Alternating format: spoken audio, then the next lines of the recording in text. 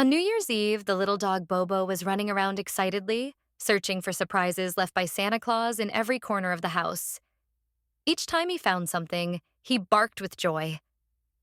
But that night, a whole new adventure was about to begin for Bobo. While everyone in the house was asleep, Bobo suddenly heard a sound coming from the door. Curious, he quietly approached the door. Noticing that the door was slightly ajar, Bobo sneaked outside to see the snow-covered world. But suddenly, the door closed behind him, and Bobo found himself outside. Bobo was lost in the streets, glistening under a blanket of snow. As he wandered around, he came across an old owl sitting under a large tree. The owl asked Bobo why he was outside. "I want to go back home, but I can't find the way," Bobo said. The owl offered to help Bobo return to his warm home. But first, Bobo had to complete a few tasks. The first task was to climb the highest hill and find the first star of the new year. Following the path shown by the owl, Bobo climbed the hill.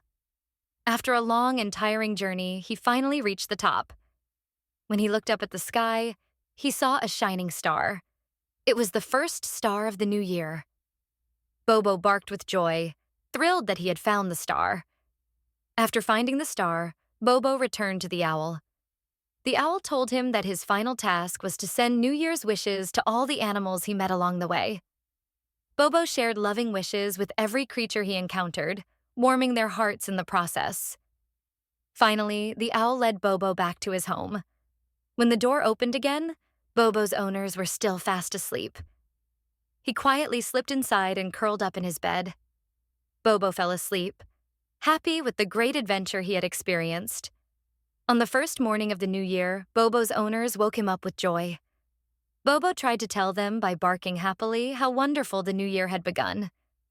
And so, Bobo never forgot that most memorable night, New Year's Eve. Every New Year's Eve, Bobo would remember his old friend the owl and the adventure he had.